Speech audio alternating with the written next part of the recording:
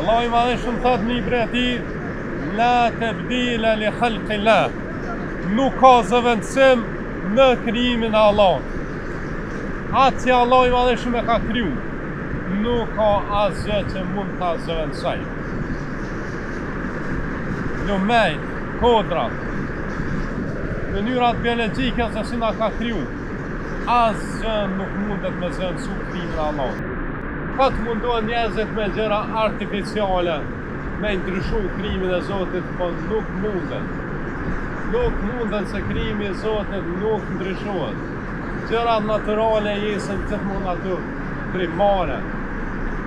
Dhe gjithmonë jesën aty më të dobishme. Prandaj o ju njerëz, mos u kapni veç pas gjëra artificiale, se ato ju çrregullojnë, ju prishin. Theni ju veprën e Zotit, që është natyra, theni ju gjëra natyrale.